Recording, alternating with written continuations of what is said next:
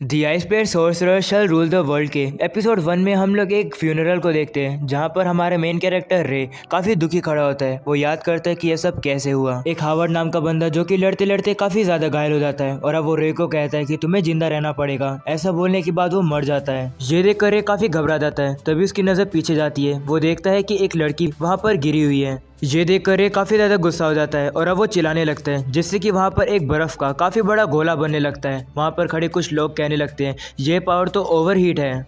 वहीं बर्फ हटने के बाद रे को उसी लड़की को गोदी लेते हुए दिखाया गया है। और अब शुरुआत होती है एपिसोड 1 की, जिसका नाम है the world strongest young sorcerer. और अब रे पढ़ने के लिए एक एकेडमी में आया है। इस एकेडमी में सारे रॉयल लोग पढ़ते हैं। रे अंदर जाकर हॉल ढूंढ रहा होता है, तभी वो बीच रास्ते में रुक जाता है। इसके कारण से उसके पीछे चलने वाली एक लड़की उससे टकरा जाती है और वो नीचे गिरने वाली होती है। लेकिन तभी रे उस लड़की का हाथ पकड़ लेता है और उसे एक प्रिंसेस की तरह ट्रीट करता है। ये देखकर वो लड़की भी काफी शर्मा जाती है। वो लड़की रे से कहने लगती है कि बीच रास्ते में इस तरीके से नहीं रुकना चाहिए। ये सुनकर रे उस लड़की से माफी मांगता है और कहता है माफ करना, मैं यहाँ पर नया आया हूँ। ये सुनकर पीछे वाली लड़कियां कहने लगती है कि नए स्टूडेंट तो कल ही आ जाने चाहिए थे, लेकिन ये आज क्यों आ रहा है। तभी उन्हें याद आता है कि एंट्रेंस सेरेमनी में एक स्टूडेंट नहीं आया था और वो स्टूडेंट ना ही किसी नोबल फैमिली का है और ना ही किसी सोर्सरर फैमिली का है। वो तो सिर्फ एक नॉर्मल फैमिली का है। जैसे ये बात वो लड़की सुनती है कि रे एक नॉर्मल फैमिली से है, वो ये सुनकर काफी ज्यादा हैरान हो जाती है। तभी वहाँ पर खड़े कुछ स्टूडेंट भी रे को देखकर कहते हैं कि क्या ये वही है। रे एक अकेला ऐसा पर्सन है जो कि कॉमनर है, बाकी इस एकेडमी में सारे रॉयल पढ़ने आते हैं। वहीं वो लड़की काफी अजीब बिहेव करने लगती है। वो कहते हैं मुझे एक ऑर्डिनरी पर्सन ने टच कर दिया। ऐसा बोलने के बाद वो बेहोश हो जाती है। तभी वहाँ पर एक और बंदा आ जाता है जिसका नाम एल्बर्ट होता है। वो रे को देखकर कहता है कि क्या तुम ही वो रे हो। तो रे अपना हाथ आगे करके कहता है हाँ मैं ही रे हूँ। लेकिन वो एल्बर्ट रे के हाथ को साइड कर देता है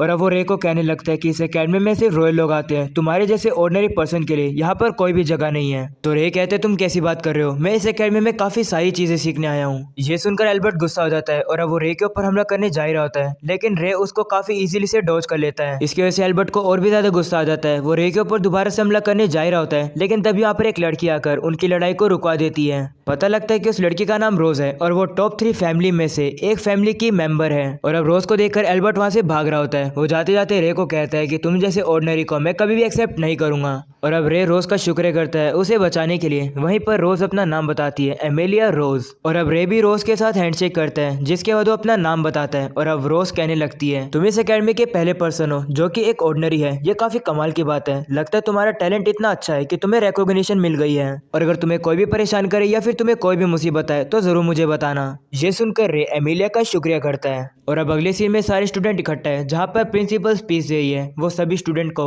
आर्नोल्ड एकेडमी ऑफ सोर्सरी में वेलकम करती है और ये एकेडमी इस दुनिया की सबसे बेस्ट एकेडमी है। और अब प्रिंसिपल सभी से कहती है कि यहाँ पर जितने भी लोग हैं वो अपने टैलेंट की वजह से आए हैं, लेकिन इस बात का घमंड मत रखना, तुम्हें और ज्यादा मेहनत करनी है और तुम जितना हार्डवर्क करते रहोगे तुम्हारा टैलेंट और भी ज्यादा बढ़ता जाएगा। इसलिए मैं सभी को ये एडवाइस देना चाहती हूँ कि पूरी मेहनत कर लो ताकि तुम इस वर्ल्ड के सबसे बेस्ट सोर्सर बनो। और अब प्रिंसिपल अपना नाम बताती है, अभी गार्नेट, जिसके बाद उनकी स्पीच खत्म हो जाती है। जिसके बाद फर्स्ट ईयर के स्टूडेंट के रिप्रेजेंटेटिव की स्पीच देने की बारी आती है और वो और कोई नहीं रोज होती है। वो अपनी स्पीच देने लगती है। वो कहने लगती है कि मैं काफी ज्यादा प्राउड हूँ कि मैं इस हिस्टोरिक एकेडमी में पढ़ रही हूँ। ये सिर्फ शुरुआत है और आगे चलकर हमें और ज्यादा डिफिकल्टी फेस करनी होगी और इस एकेडमी के स्टूडेंट होने के नाते हमारा काम है इन डिफिकल्टीज को ओवरकम करना।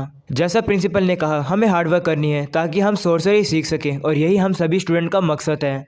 और अब अगले सीन में क्लासेस शुरू होती है, जहाँ पर सभी स्टूडेंट रे के बारे में ही बात कर रहे होते हैं। वहीं रे अपना इंट्रोडक्शन देता है और कहते हैं तुम सभी को पता ही होगा कि जब से ये एकेडमी बनी है मैं इस एकेडमी का पहला एक ऑर्डिनरी पर्सन हूँ और मैं अपना बेस्ट दूंगा एक अच्छा सोर्सर बनने के लिए। तुम लोगों से मिलकर अच्छा लगा। लेकिन अभी भी सभी स्टूडेंट के दिमाग में यही क्वेश्चन होता है कि आखिरकार एक कॉमनर इस एकेडमी में कैसे आ गया। वही टीचर भी रे को अपना नाम बताती है, हेलेना ग्रेडी, और कहते तुम मुझे मिस ग्रे बुला सकते हो। जिसके बाद रे को कहती है सीट पर बैठने के लिए। रे भी सीट पर बैठने जा रहा होता है, तभी एमिलिया उसे कहती है कि तुम्हारे साथ पढ़ाई करने में मैं काफी वेट कर रही हूँ। रे कहता है मैं भी वेट कर रहा हूँ। वहीं पर बाकी सभी स्टूडेंट कहने लगते हैं कि आखिरकार रोज एक कॉमनर पर्सन से कैसे बात कर रही है। वहीं पर एल्बर्ट तो रे को देखकर काफी गुस्से में लग रहा होता है और अब रे भी अपनी सीट पर बैठता है। वो खिड़की से बाहर देखता है, तभी उसे इमेजिन हो रहा होता है कि बाहर तो तबाही मची हुई है और उसका ध्यान भारी होता है। तभी टीचर एक चौक उठाकर रे को मारने लगती है, लेकिन रे उसे अपनी 2 उंगली से पकड़ लेता है और अब वो चौक ब्लास्ट हो जाता है, जिसके कारण से उसका मुंह पूरी तरीके से सफेद हो जाता है। टीचर रे को कहते हैं कि अपना ध्यान क्लासरूम के अंदर रखो। जिसके बाद टीचर क्लास को पढ़ाना शुरू करती है। वो सबसे पहले सोर्सरी रैंक के बारे में एक्सप्लेन करती है। वो रोज से पूछती है कि क्या तुम्हें इस बारे में पता है, जिसके बाद रोज खड़ी होती है और बताती है कि सोर्सर सोसाइटी को 5 रैंक के अंदर सेपरेट किया गया है, ब्रॉन्ज, सिल्वर, गोल्ड और प्लेटिना, और 5वीं रैंक जो कि है होली रैंक, ग्रैंड। ये सुनकर टीचर कहती है तुमने सही जवाब दिया, किसी भी एरा के अंदर सिर्फ 7 ही ग्रैंड सोर्सर होते हैं जो कि सोर्सरी में काफी महान होते हैं, और उन लोगों को वर्ल्ड 7 स्ट्रॉन्गेस्ट सोर्सर कहा जाता है। ये एक ऐसा टाइटल है जो कि दुनिया के सारे सोर्सर अचीव करना चाहते हैं। और अब टीचर बताते हैं कि इन 7 सोर्सर की आइडेंटिटी मिस्ट्री है, लेकिन इनके बारे में हम लोग थोड़ी इन्फॉर्मेशन जानते हैं। 7 स्ट्रॉन्गेस्ट सोर्सर में से पहली स्ट्रॉन्गेस्ट सोर्सर है हमारी स्कूल की प्रिंसिपल, उनको द बर्निंग सोर्सर कहा जाता है। अगली है चार्मिंग सोर्सर, जिसका नाम है कैरोल कोरोलिन, और ये सोर्सरी रिसर्चर की सोसाइटी में काफी ज्यादा फेमस है।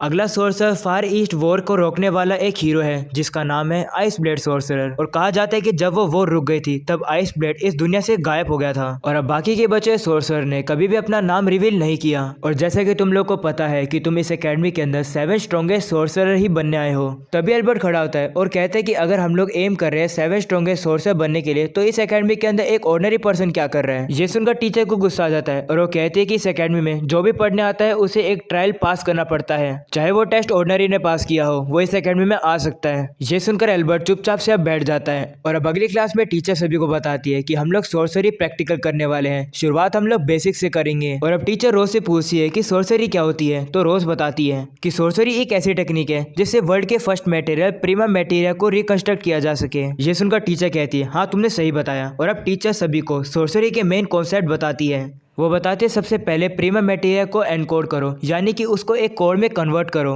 जिसके बाद वो डी कोड का यूज करके सभी कोड को एडिट और रीअरेंज करती है। और फिर जो तुम्हें बनाना है उसको तुम इमेजिन करो और तुम्हारे सामने वो आ जाएगा। ऐसा करने के टीचर अपने एक क्रिस्टल सा एक फ्लावर बना देती है और अब वो उसे गायब कर देती है और कहती है कि तुम इसे गायब भी कर सकते हो। जिसके बाद वो कहती है कि अगर अभी तक किसी को कुछ समझ नहीं आया तो वो मुझसे पूछ सकता है। तो रोज पूछती है कि क्या प्रीमा मटेरियल से किसी भी चीज को क्रिएट करने की लिमिट है। तो टीचर कहती है टेक्निकली कोई लिमिट तो नहीं है, लेकिन ये सोर्सर की एबिलिटी के ऊपर डिपेंड करता है। सोर्सरी में मटेरियल ही सबसे मोस्ट इंपॉर्टेंट चीज है। मटेरियल को 4 टाइप में सेपरेट किया गया है, सॉलिड, लिक्विड, गैस और प्लाज्मा में। ये सब देखकर सभी स्टूडेंट काफी हैरान रह जाते हैं। और अब टीचर पूछती है कि क्या किसी को और क्वेश्चन पूछना है। तभी एक लड़की होती है जो कि अपना मुंह छुपाई होती है, वो टीचर से क्वेश्चन पूछती है कि क्या आपने एंटी मटेरियल कोड का यूज किया उस क्रिस्टल वाले फ्लावर को तोड़ने के लिए। तो टीचर कहती है नहीं, ये सिर्फ मैंने किया है। सोर्सर जो कि कोड का यूज कर सकते हैं वो इस मोमेंट पर अभी एग्जिस्ट नहीं करते हैं। इस कंटेंट को आइंसवर्थ की डबल कोड थ्योरी कहा जाता है, जो कि एक डॉक्टर लेवल की थ्योरी है, तो स्टूडेंट को इस बारे में जानने की कोई जरूरत नहीं है। जिसके बाद उनकी प्रैक्टिस क्लास शुरू होती है। वहीं रोज तो काफी अच्छा मटेरियलाइज करती है और उसने काफी अच्छा एक क्रिस्टल का रोज बनाया है। स्टूडेंट कहने लगते हैं कि रोज तो काफी टैलेंटेड है, हमने टॉप 3 फैमिलीज की लीडर से ये एक्सपेक्ट किया था। वहीं दूसरी तरफ हम लोग रे को देखते हैं जो कि क्रिस्टल के रोज नहीं बना पा रहा होता है। उसे देखकर अल्बर्ट कहने लगता है कि मैं एलियन फैमिली से हूँ और मैं किसी भी ऐसे पर्सन को एक्सेप्ट नहीं करूंगा जिसके पास कोई भी टैलेंट ना हो। और अब अगले सीन में रे एकेडमी घूम रहा होता है, तभी उसे वही लड़की दिखाई देती है। तो वो उसका पीछा करता है और वो होती है लाइब्रेरी के अंदर। वो उससे कहने लगता है कि क्या तुम एंसवर्थ की बुक ढूंढ रही हो। तो वो लड़की कहती है हाँ, और अपना नाम बताती है। उसका नाम होता है एलिसा ग्रिफ्ट। और अब एलिसा रे को बताती है कि मुझे डॉक्टर आइंसवर्थ काफी पसंद है और उन्हीं की तरह मैं भी एक डॉक्टर बनना चाहती हूँ। और अब वो रे से कहती है कि क्या तुम्हें भी आइंसवर्थ पसंद है। तो रे कहता है हाँ, मैं उसे दिल से काफी ज्यादा रिस्पेक्ट देता हूँ। और अब रे एलिसा से कहता है कि तुम अपना मुंह छुपा के क्यों रखती हो। ये सुनकर एलिसा घबरा जाती है और वो वापस अपना मुंह ढकने लगती है। तो रे उसका हाथ पकड़ लेता है और कहता है कि तुम अपना मुंह छुपा के क्यों रखती हो। तो एलिसा कहती है क्योंकि मेरे कान काफी अजीब है। ये सुनकर रे कहता है इनमें क्या अजीब है, ये तो काफी खूबसूरत है। तुम एक हाफ एल्फ हो ना। तो एलिसा कहती है हाँ, मेरी जो मॉम थी वो एल्फ है और इसी कारण से लोग मुझे टीज करते आ रहे हैं। तो रे एलिसा से कहते हैं कि तुम्हारे कान काफी खूबसूरत हैं, इन्हें छुपा के मत रखा करो। ये सुनकर एलिसा पहले तो शर्माती है, लेकिन वो सुनकर काफी ज्यादा खुश हो जाती है। और अब शाम हो जाती है, एलिसा अलग रास्ते पे चली जाती है, रे अलग रास्ते पे चले जाता है।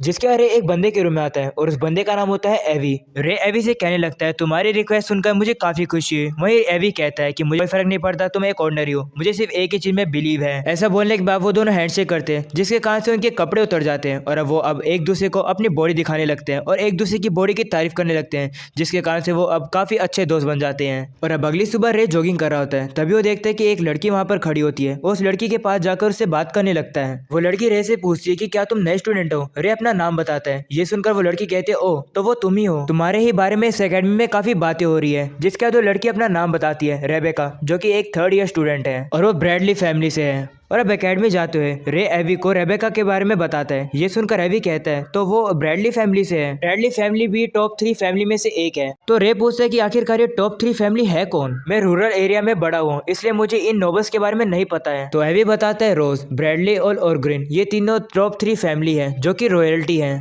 अभी बताते हैं एमिलिया जो कि रोज फैमिली की एल्डेस्ट डॉटर है, वो टॉप 3 फैमिलीज की लीडर है और एमिलिया काफी ज्यादा टैलेंटेड लड़की है जिसके अब वो लोग एकेडमी में पहुंच जाते हैं। रे एवी को कहता है कि तुम मेरे बिना जाओ, इंस्ट्रक्टर ने मुझे बुलाया है। तो एवी भी मान जाता है और अब रे वहां से जा रहा होता है तभी अचानक से वो एक लड़की से टकरा जाता है। वो लड़की रे को कहती है कि ये काफी डेंजरस है। तो रे कहता है इसमें मेरी क्या गलती, मैं तो सीधा सीधा चल रहा था।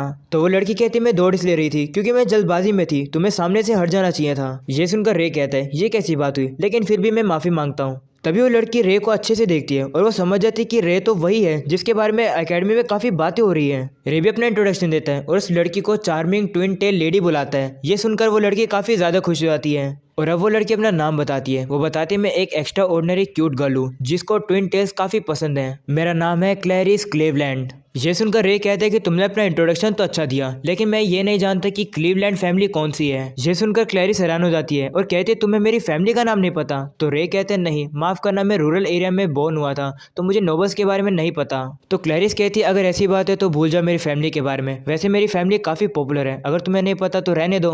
तो रे कहते हैं कि तुम्हारी फैमिली में सारे लोग तो तुम्हारी तरह खूबसूरत होंगे ना, मैं तुम्हारी शक्ल देखकर बता सकता हूँ। ये सुनकर क्लैरिस काफी ज्यादा खुश हो जाती है अपनी तारीफ सुनकर और कहती है तुमने सही समझा, मैं काफी कम लोगों को ये अपॉर्चुनिटी देती हूँ लेकिन मैं तुम्हें अलाउ करती हूँ कि तुम मुझे क्लैरिस बुला सकते हो। तो रे कहता है तुमसे मिलकर खुशी हुई। जिसके बाद वो कहता है कि तुम लेट नहीं हो रही थी क्या। ये सुनकर क्लैरिस कहती है हाँ मैं तो लेट हो रही थी और वो जल्दी से अब चली जाती है। और अब रे प्रिंसिपल के ऑफिस में पहुंचते हैं। जिसके बाद उनसे कहते हैं कॉलोनल आपसे मिले काफी दिन हो गए। तो प्रिंसिपल कहते हैं तुम्हें इतने पोलाइट होने की जरूरत नहीं है, हम दोनों पहले से रिटायर हो चुके हैं इसलिए तुम मुझे आबी करके बुला सकते हो। तो रे कहते हैं ठीक है मैं समझ गया। ये सुनकर आबी हंसने लगती है और कहते हैं तुम बिल्कुल उसी बंदे पर गए हो। जिसके बाद हमें आबी की टेबल पर पड़ी हुई एक फोटो दिखाई जाती है और अब अगले सीन में हम लोग देखते हैं रे और एल्बर्ट के बीच में तलवारबाजी का कंपटीशन है। इंस्ट्रक्टर कहते हैं अगर मुझे कोई भी खतरा सेंस हुआ तो मैं इस लड़ाई को रुकवा दूंगा।